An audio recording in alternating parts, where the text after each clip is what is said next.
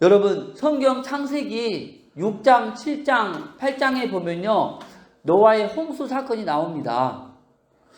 우리 창세기 6장 17절 같이 읽겠습니다. 시작. 내가 홍수를 땅에 일으켜 무릇 생명의 기운이 있는 모든 육체를 천하에서 멸절하리니 땅에 있는 것들이 다 죽으리라.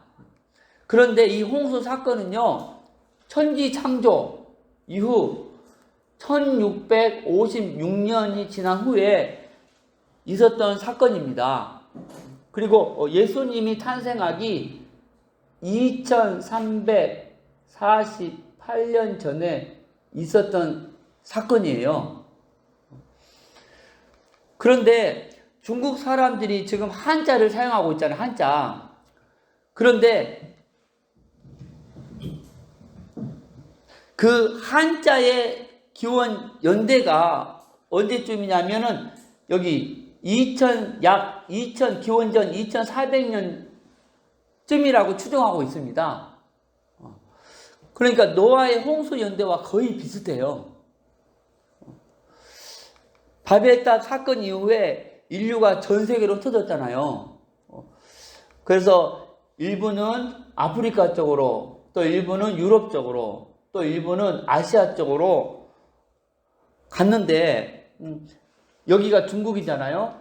중국 쪽으로 간 사람들이 서로 간에 이 소통을 위해서 문자를 만들 때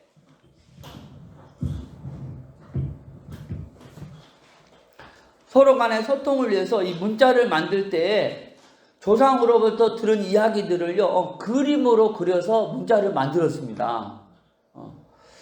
이것이 나중에 한자가 된 것입니다. 그럼 조상으로부터 어떤 내용을 들었겠어요?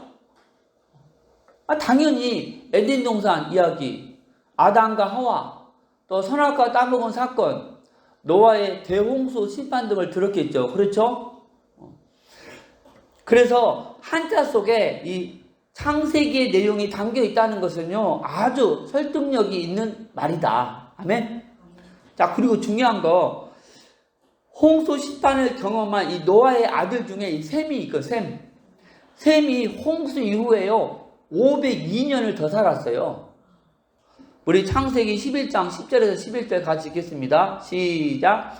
셈의 조건은 이러하니라. 셈은 100세 곧 홍수 후 2년에 아르박삿을 낳았고, 아르박삿을 낳은 후에 500년을 지내며 자녀를 낳았으며 했습니다. 그러니까 이때쯤에 죽은 거예요. 기원전 1848년 네? 셈이 죽은 겁니다. 그런데 놀라운 것은요, 이 중국 역사를 보면요, 중국의 초대 왕조, 중국에서 그렇게 말하고 있어요. 중국의 초대 왕조가 기원전 2202년에 이 초대 왕조가 시작됐다 말하고 있어요. 그러니까 이 셈은 이때 죽었잖아요. 셈은 셈이 죽기 357년 전에 중국의 이 초대 왕조가 시작된 거예요.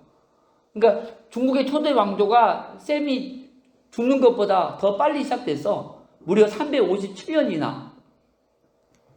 만약에 바벨탑 사건 이후에 이 셈이 이 중국 쪽으로 갔다면은 한자를 만든 사람들이 노아의 몇 대 후손을 통해서 들은 내용을 그림으로 그려서 문자를 만든 것이 아니고 방주에 탔던 사람을 통해서 직접 듣고 한자를 만들었을 수도 있다는 것입니다.